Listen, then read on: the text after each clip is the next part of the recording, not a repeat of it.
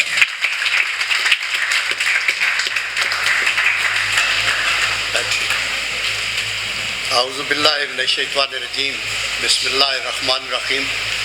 سب سے پہلے تو میں J7 کا اور کرنل صاحب کا، عثمانی صاحب کا اور ان کے منتظمین کا بے حد مشکور ہوں، اور مجھے خوشی ہے کہ اس طرح کی ادبی محفلیں بھی یہاں چکوال میں ہم انٹروڈیوس کریں، تو آئی تھنک ان کو پروموٹ کرنا ضروری ہے. میں مشکور ہوں بلال صاحب کا، وائس چانسلر ہمارے یونیورسٹی کے، اور اسپیشلی سو کہ میری یونیورسٹی کے، چونکہ میں اس کالج کا طالب علم ہوں. چکوال کا 1962 سے لے کے 66 تک میں چکوال کالج میں ہی پڑھتا رہا اور مستفید ہوا، اور مجھے آج فخر ہے کہ یہ ایک یونیورسٹی ہے اور اس کی فیکلٹی ممبرز کا ماشاءاللہ بڑے اچھے. آپ نے ویری انفارمیٹو ٹاک آپ کی تھی. سمندر تیز طوفانی ہوا ٹوٹی ہوئی کشتی، یہی اسباب کیا کم تھے کہ اس پہ ناخدا تم ہو. یہ جو ناخدا ہمیں ملے، سول ملٹری بوتھ، اپنے طور پہ کچھ نے بہت اچھا کام کیا، لیکن پھر اپنے سروائیول اور اپنے اقتدار کو طوالت دینے کے لیے ہم نے کمپرومائزز کیے، جس سے پاکستان نے بہت بری طرح سفر کیا. میں آپ کو بتاؤں کہ مور دین 50 ایئرز سے میں، اللہ کا کرم ہے، یہ اپنی نیشنل ایشوز پہ کر رہا ہوں. میں کوئی اور نہ ملازمت کی ہے، نہ میں کسی اور جگہ پہ گیا ہوں، بڑے بڑے اداروں میں بھی رہا ہوں. یہ گریٹ نیشن ہے. میں نے آرمی میں دیکھا، میں نے جنگ بھی لڑی، 71 وار کا وار ویٹرن ہوں. میں نے اپنے سولجرز کو دیکھا، میں نے اپنی فوج کو دیکھا، اور میں کہتا ہوں کہ سیکنڈ ٹو نن ہے یہ ہمارا پروفیشن جو ہے. اور آنیسٹ ٹو گاڈ میں یہ آج میں ریٹائرڈ ہوں، میں ایک سویلین ہوں، میں ایک پالیٹیشین بھی ہوں، بٹ آئی اسٹل سے مجھے معین قریشی صاحب پرائم منسٹر تھے تو ان کے ساتھ میں ملٹری سیکرٹری تھا. تو مجھے کہتے ہیں جن صاحب آپ نے سول سائڈ بھی دیکھ لی ہے اور ملٹری بھی دیکھی ہے، تو یو نو ادھر تو بڑی اٹریکشنز ہیں. تو اگر آپ کو ابھی سیکنڈ چوائس ملے تو آپ کیریئر کا کیا سلیکشن کریں گے؟ تو میں نے بخدا ان کو یہ کہا کہ پرائم منسٹر اگر مجھے سیکنڈ چوائس بھی ملتا ہے، اللہ تعالیٰ مجھے سیکنڈ لائف دے، تو میرا فرسٹ چوائس جو ہوگا وہ یہ پیشہ سپاہگری ہوگا. بیکاز اس نے ہمیں سب کچھ دیا ہے. Honesty, dedication, hard work, sacrifice کا جو جذبہ ہے آپ کا. میں نے دیکھا 71 کی جنگ میں ہم بچوں کو، اپنے سپاہیوں کو روک کے رکھتے تھے. یہ جب آپ PMA سے ٹرین ہو کے باہر آتے ہیں نا، پھر آپ بھول جاتے ہیں آپ کے آگے پنجاب سرحد اور صوبہ یہ KP اور اس کے بارڈر کی کوئی اہمیت نہیں. ہم دیکھتے ہیں سیاچن سے لے کے سر کریک تک ہماری ایک پاک سرزمین ہے جس کی ہم نے حفاظت کرنی ہے. ہمیں نہ لسانیت، نہ آپ کی صوبائیت، نہ فرقہ واریت. ہماری فوج کے اندر کرسچین جنرلز تھے. ہماری فوج کے اندر کبھی یہ نہیں سوچا یہ شیعہ، یہ سنی، یہ کیا ہے، یہ سب بڑے تھے. تو یہ ایک گریٹ نیشن ہے، اس کو ہی آگے وہ جانا چاہیے تھا. لیکن ہم یہ ایک انڈیور میں کرتا رہا، اور آج تک یہ میری 6 کتابیں ہو گئی ہے. یہ فرسٹ ٹائم اس کی یہ جو ہے نا آج یہاں بک لانچنگ میں نے وہ بھی انسسٹڈ ہونے کیا جمشید نے اور عثمانی صاحب نے کہ نہیں ادھر آئیں اور کریں. آلدو لاہور میں وہ تیاری کر رہے تھے، اسلام آباد والے کہہ رہے تھے نہیں ہمیں کرنا ہے.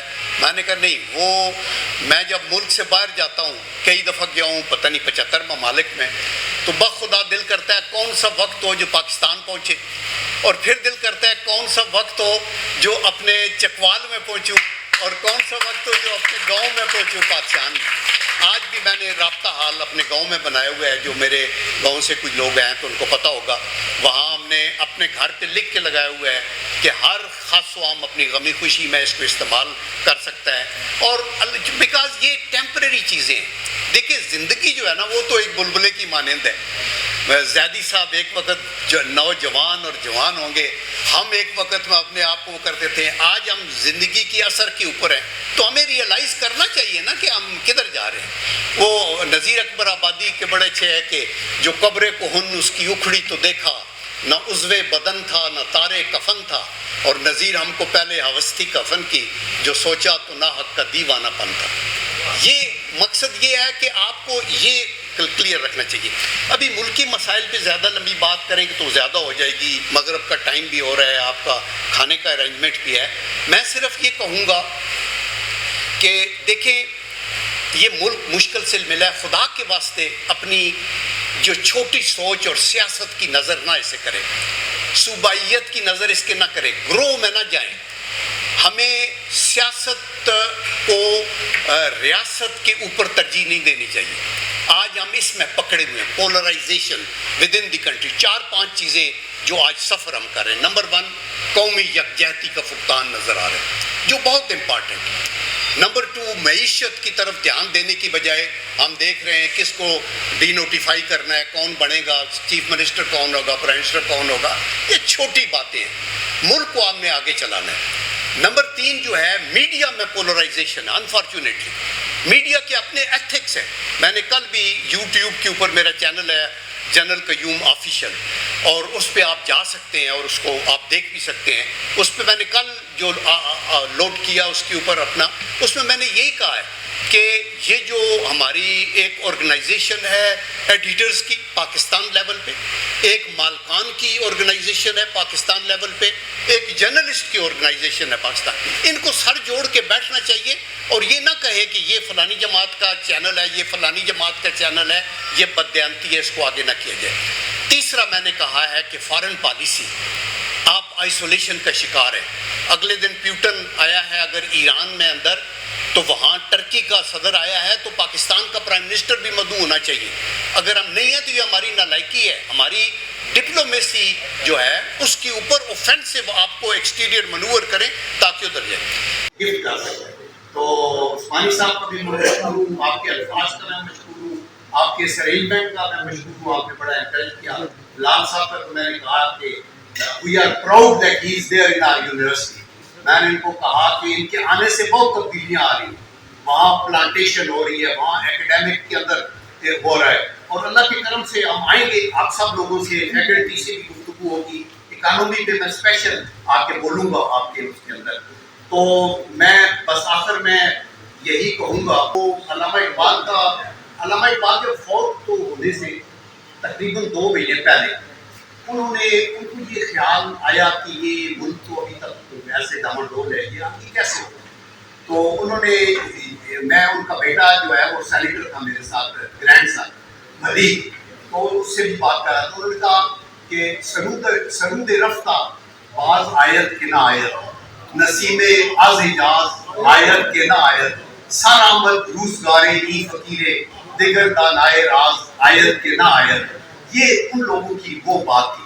تو اور علامہ اقبال نے جو یوتھ کے لیے یہ اسپیشلی, اس میں ختم کروں گا, انکساری اور عجز, but at the same time firm decision, اور آپ کے اندر ریزالو, پولیٹیکل ول, آپ کی نیشنل ول اسٹرانگ ہونی چاہیے. تو انہوں نے یہ کہا کہ جب صبح سویرے آپ کے جو صبح کی روشنی ہے جب آپ کے لان میں آتی ہے تو وہ اتنی ہمبل اور خاموشی سے داخل ہوتی ہے کہ وہ گھاس کے پتے پہ شبنم کے قطرے کو بھی مس نہیں کرتی. کہتے ہیں انکساری کا یہ عالم ہے, لیکن جب آپ نے کھڑا ہو تو آپ پہاڑ کی طرف ہو. وہ کہتے ہیں مانند سحر صحن گلستہ میں قدم رکھ, آئے تہ پا گورے شبنم تو نہ ٹوٹے, اور ہو گیا بانس سے ہم آغوش والے کر ہاتھوں سے تیرے دامن افلاق میں چھوٹے. وآخر دعوانا ان الحمدللہ.